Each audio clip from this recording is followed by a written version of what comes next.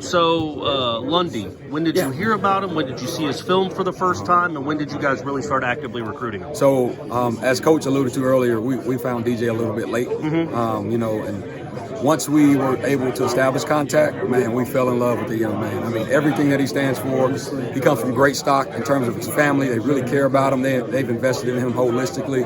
He comes from an area that is replete with really good football players. They won a state championship in football, and then you're talking about a young man who is a multiple-time state champion in wrestling. So when you put it together, holistically, I mean, the kid is phenomenal. And so for us, it was all about establishing a relationship, making sure that it was authentic, and that it was a good fit from both sides. He came, we had a chance to meet him. I mean, and man, we fell in love with the kid. I mean, he's an awesome young man. We think that he's going to do really well here at Florida State. Coach Terrell said that he talked to a lot of coaches who think he might be the best linebacker in the state. He's a guy who can come in and contribute early. I guess what stands out about his game? Well, he's very versatile, man. I just talked about what he did in wrestling. The young man played running back for 3 years. This was his first full season at linebacker. And when you watch his tape at linebacker, man, he is productive. And he's flying all over the field. He's shedding blockers, and he's striking people with authority.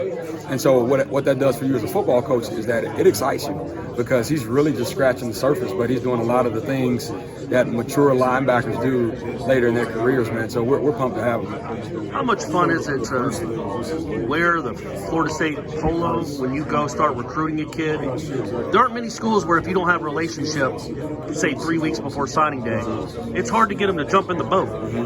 How much does Florida State's brand and what this place has been over the years and what you guys are trying to get it back to helps in the recruiting process when you get in late on a kid?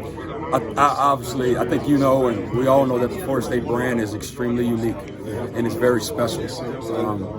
And so, man, it is an honor to wear it, to be quite honest, and to be a part of something so unique and that's so rich in tradition. And so it's been really good, and it's been very impressive in a lot of places that I've gone. Did it help with Lundy? I don't think it ever hurts with any young man. And so obviously he wants to come and be a part of the tradition that's here because it is so rich. And I think he's going to have a great opportunity to really add to it. And real quick, just about Norvell and what Norvell can be. I mean, obviously he credits the staff and you guys work well together. What do you think is the ceiling for this staff recruiting-wise at a place like Florida State with the relationships you guys can build?